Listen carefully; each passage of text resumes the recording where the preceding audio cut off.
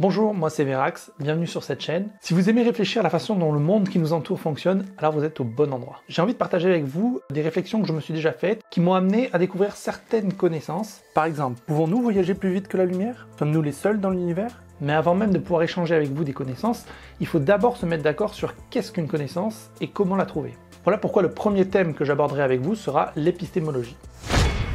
Branche de la philosophie définie comme l'étude de la connaissance. Pourquoi vous pensez ce que vous pensez?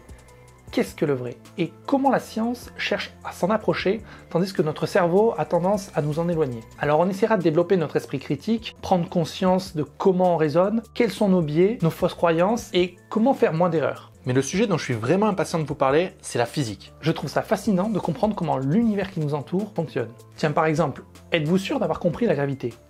Vous sauriez me l'expliquer?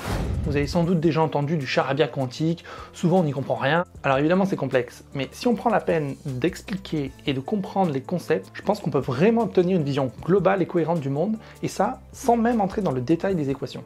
Pour moi ce qui compte, c'est vraiment de continuer à s'interroger pour continuer à progresser. Bref, tout un programme. Alors que ce soit bien clair entre nous, je me présente devant vous en étant expert en rien, mais curieux de tout. J'aimerais aussi préciser le fonctionnement que je vais essayer de respecter sur cette chaîne.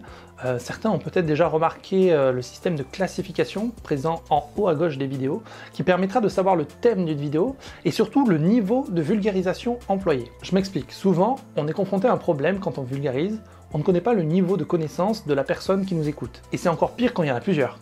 Chacun d'entre vous a un niveau de connaissance différent. Or la vulgarisation, ça consiste à simplifier la réalité au point que parfois on pourrait qualifier une explication de tronquée ou même carrément fausse. Et ça c'est normal, hein. Lorsqu'un prof de maths explique pour la première fois à ses élèves qu'est-ce qu'un nombre entier, il va pas les embrouiller avec les nombres à virgule, à fraction, encore moins les nombres complexes. La solution que je propose, c'est donc de mettre en garde le spectateur en lui indiquant le niveau de simplification présent dans la vidéo, de sorte que vous ne soyez pas trop tenté d'aller directement râler en commentaire pour expliquer à quel point c'est faux ou incomplet.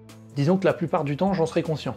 Enfin, et dernier point, il existera à terme un niveau spécial. Comme je vous l'ai dit, moi je suis pas expert.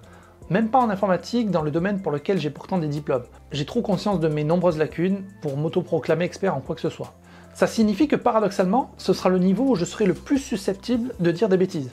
Car il s'agira du moment où je parlerai aux limites de ma propre connaissance. Mais je trouve ça plus honnête d'admettre que je ne sais pas tout et que je peux me tromper, que de faire semblant. Voilà, vous savez tout, enfin vous croyez savoir, mais la question c'est, est-ce que vous en êtes sûr?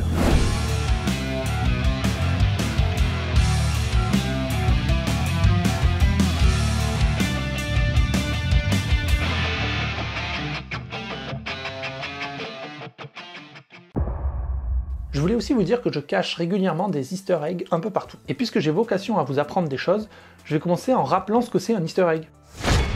Élément volontairement caché dans une œuvre, considéré comme un contenu bonus. Donc à la base ça vient de l'anglais, ça veut dire œuf de Pâques. Mais à l'origine, c'est dans un jeu vidéo que tout a commencé. Faut savoir que Warren Robinett était fier de Adventure. Il voulait qu'on sache qui était derrière ce jeu. C'est pour ça qu'il a créé le premier easter egg. On prenait le pixel, on revenait à l'écran principal, et là on trouvait le premier easter egg dissimulé dans un jeu vidéo.